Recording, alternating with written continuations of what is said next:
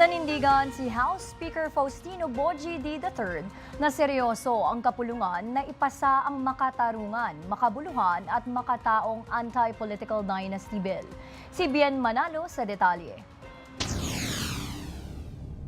Nagsama-sama ang iba't ibang sektor ng lipunan kabilang ang mga iskolar ng bayan sa unang public consultation ng House Committee on Suffrage and Electoral Reform sa Carmona City, Cavite. Hati ang opinyon ng publiko kaugnay sa isinusulong na anti-political dynasty bill. Ayon sa mga estudyante at kabataan, mahalaga ang naturang panukala dahil magbibigay ito ng mas equal na access sa public service at patas na kompetisyon.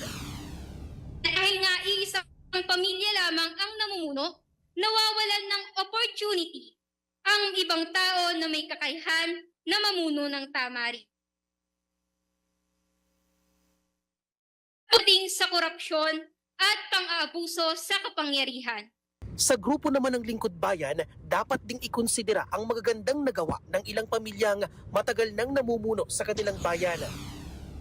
Pa pwedeng i-consider sa ilang mga lugar na ibigay naman ng patuloy na progreso. Samantala, nanindigan si House Speaker Faustino Bogie III na seryoso ang kapulungan na ipasa ang makatarungan, makabuluhan at makataong anti-political dynasty bill. Aniya, bahagi ng paninindigan ng kapulungan ang pagbuo ng batas sa pamamagitan ng bukas at tapat na pag-uusap, lalo pa at hindi pa naisa sa batas hanggang sa ngayon ang naturang measure. 4 na dekada na ang nakalilipas mula nang ipasa ang 1987 Constitution.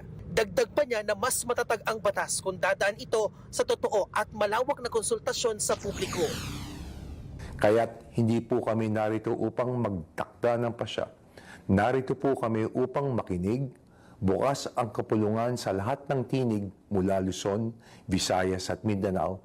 Matatanda ang inihain ni House Speaker Bogie D ang House Bill number 6771 kasama si Majority Leader Sandro Marcos. Tiniyak niya na tututok ang kapulungan na maipasa ito sa 20th Congress bilang isa sa priority bills ng Administrasyong Marcos Jr. Makinig tayo sa isa't isa.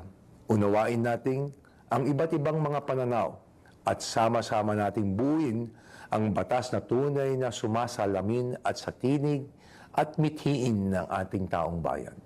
Ang kapulungan ng mga kinatawan ay handang makinig, handang maglingkod at handang kumilos para sa ikabubuti ng ating inang bayan.